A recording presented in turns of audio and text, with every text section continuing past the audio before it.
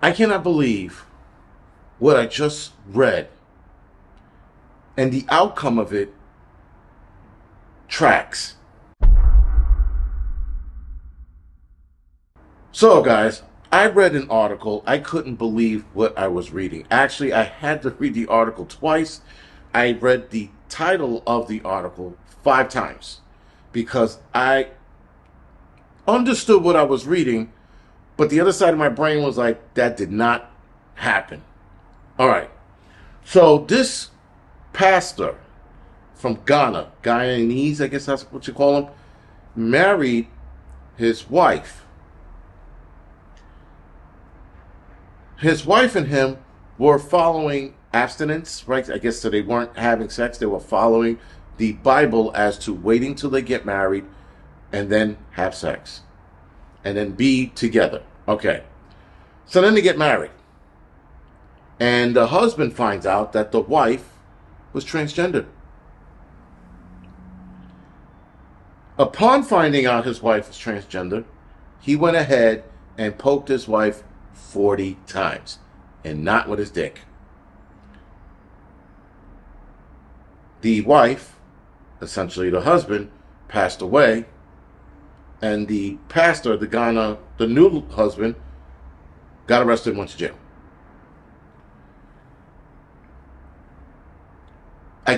My brain was having a hard, the amount of stupidity that's happening around the world, my brain is just having a real hard time comprehending. But this was stupid in the sense that the LGBT community came out and said that the act that the husband committed was homophobic and that the wife should have been protected by him because that's why she got married to him, to be protected. I'm like, no, fucking no. Not even in a fucking million years. I'm marrying a chick, and the crazy shit is, this is what the chick looks like. Does not look like a dude. Don't look like a dude. At first I saw the picture and I'm like, wow, that's a hot chick. And then you read the article, you read the title, you go, wait a minute. I thought when I saw the picture of the chick, I'm like, oh, maybe the husband got, in some kind of entanglement with a transgender. No, that was a transgender.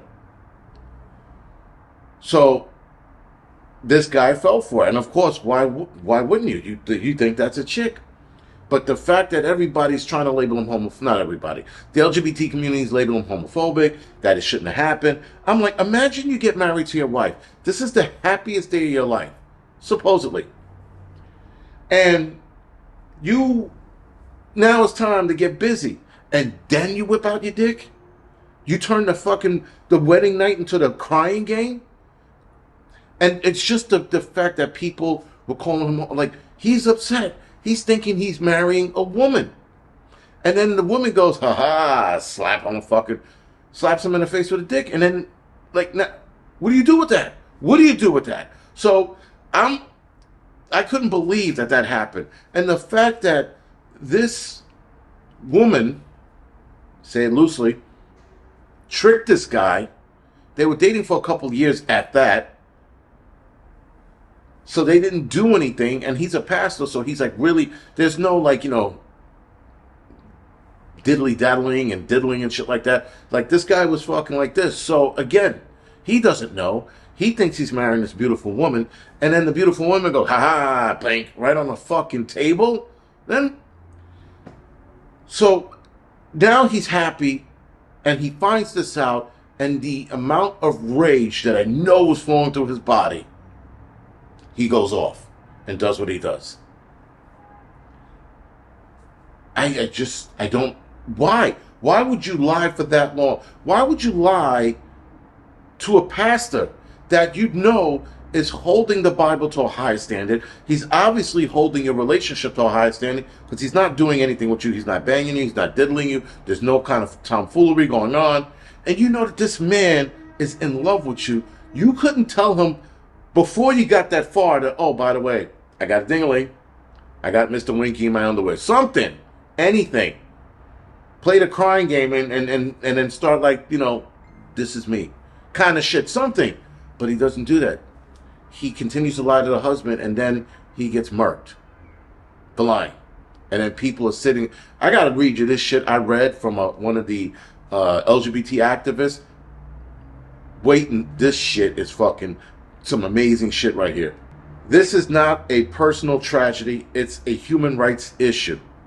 Here they go. The LGBT community making this a human rights issue. Said a spokesperson for the local LGBTQ plus advocacy organization. Sandra deserved love, respect, and safety, especially from the one person who vowed to protect her. With a lie, you marry your wife and you find her cheating on you on your wedding night.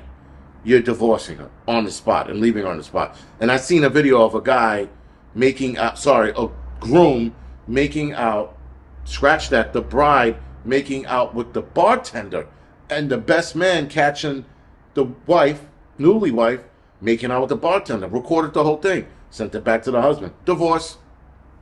Another video of the groom banging some lady at the wedding in the limousine that he rented for his wife for him to roll off into the sunset with.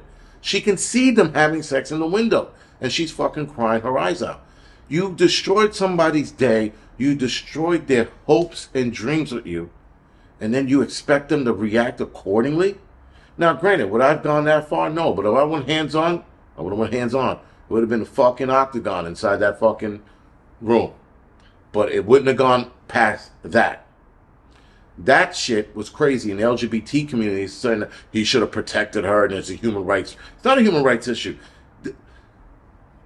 The transgender community states that they are being hunted and offed.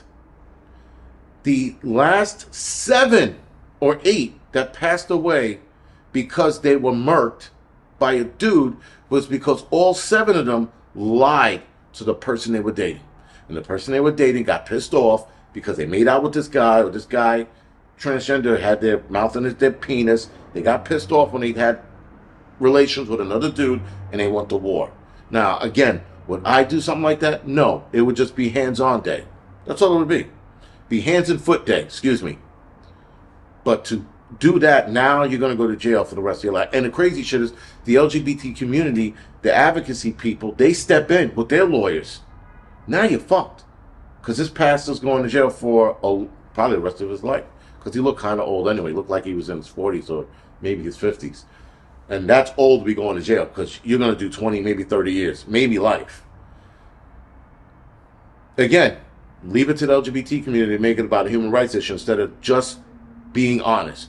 Tell everybody what you got between your legs and let that person decide. Let them decide, let's see where this goes, or let them decide, no, I don't want Mr. Winky in my relationship.